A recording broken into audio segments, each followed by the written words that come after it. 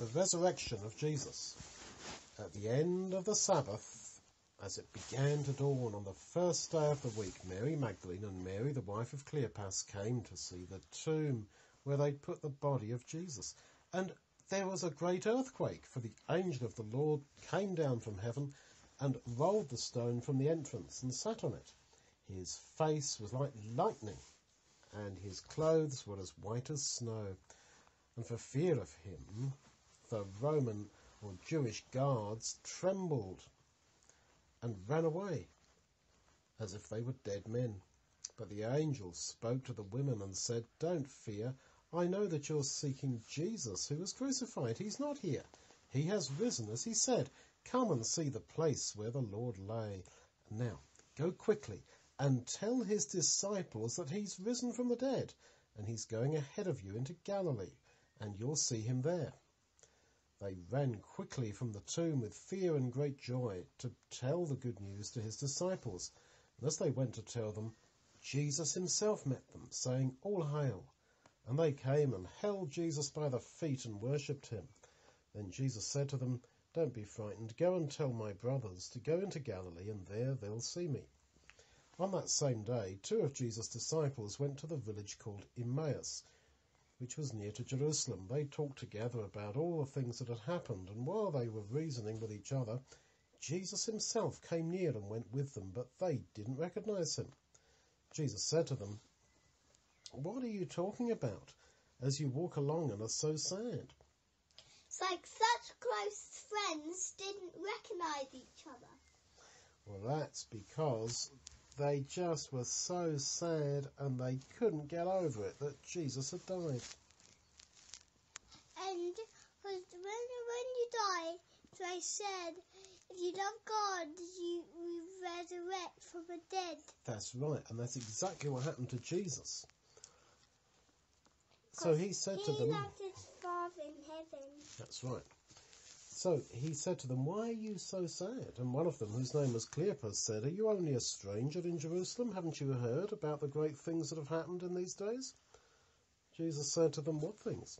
They said, "The things about Jesus of Nazareth, a prophet, mighty in works and words before God and the people, and how our rulers and chief priests condemned him to death and got him crucified.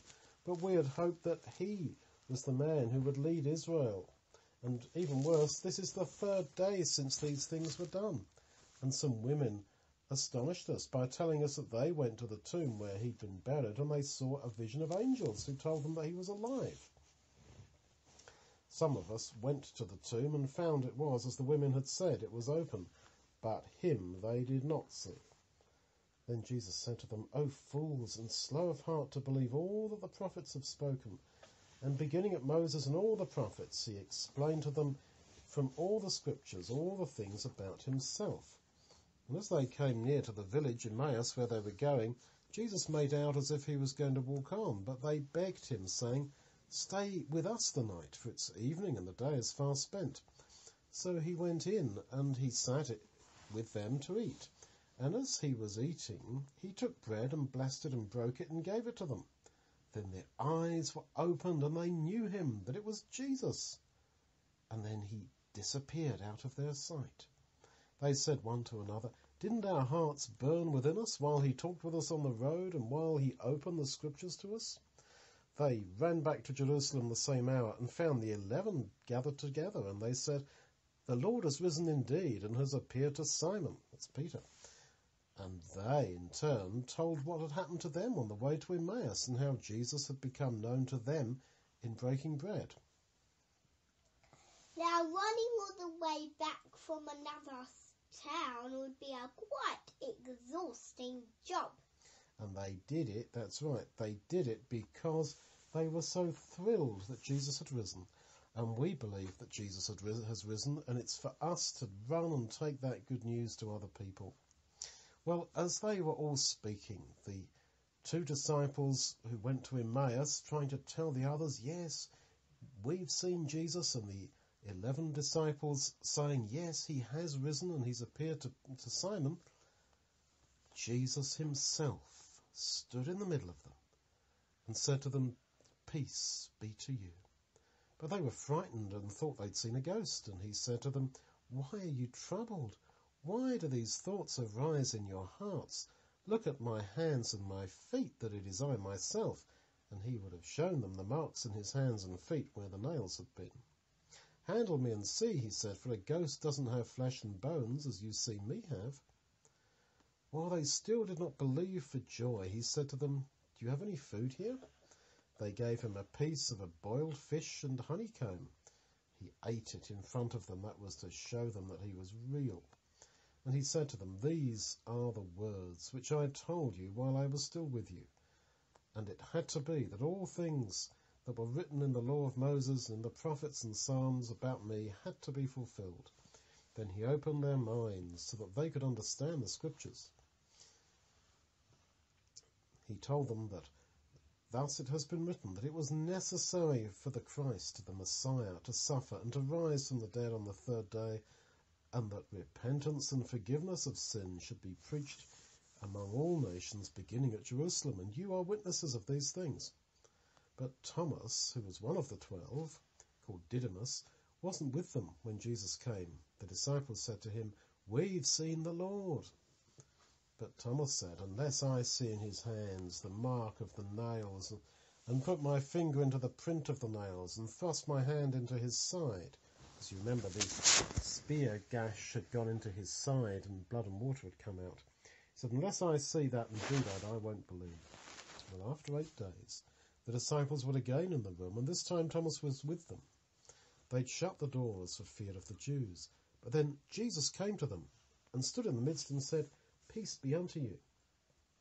Then he said to Thomas, "Reach out your finger and touch my hands," because the marks of the nails in his hands were big enough to put your finger in. "And reach your hand here," not your finger, but your hand, "and thrust it into my side." That's where the head of the spear had been. "And do not be faithless, but believe." Now that would have, I think, quite hurt. Well, it hurt when it happened to Jesus, but now he was risen from the But dead. maybe it still would have hurt when he put his finger and hand in. Well, it might have done, but I expect that Jesus was quite different to how he'd been when he was mortal, when it came to that sort of thing about pain. And Thomas said to him, "My Lord and my God." Now that doesn't mean that Jesus is God. It's just that they use the word God to mean a mighty one, a great one.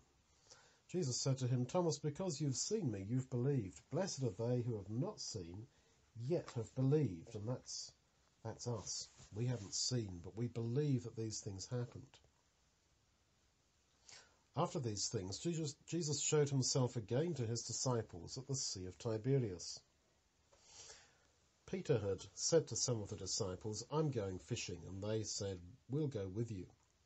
So they were fishing all night long, and they caught nothing. When the morning came, Jesus stood on the shore, but the disciples didn't know that it was Jesus, and he called out to them, "Young people, do you have any food?" "No," they answered him. Then he told them, "Cast your net on the right side of the boat, and you'll get plenty of fish." So they cast their net on the right side of the boat, and they were not able to draw the net because of the multitude of fish. So John, the disciple whom Jesus loved, said to Peter, "It's the Lord."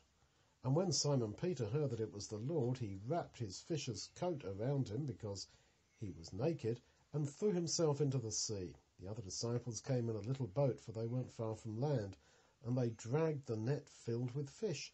But as soon as they'd come to land, they saw a fire of coals there with fish already laid on it and some bread. Jesus said to them, "Bring the fish that you have caught." Peter pulled the net to land, full of 153 great fishes, and although there were so many, their net was not broken. What that means is that if you go out and fish and preach the gospel, somehow you'll always manage physically to do the job. The net will not break. It just shows how kind Jesus was. How kind he was as thinking breakfast for them. So kind. That's right. He knew they'd been working all night and would be so disappointed. And he cooked breakfast for them. This is after he's risen from the dead, so you see how humble he was. So Jesus said to them, "Come and dine." They all knew it was the Lord, but they daren't ask him, "Who are you?" So Jesus took the bread that was lying there and gave it to them, and the fish likewise.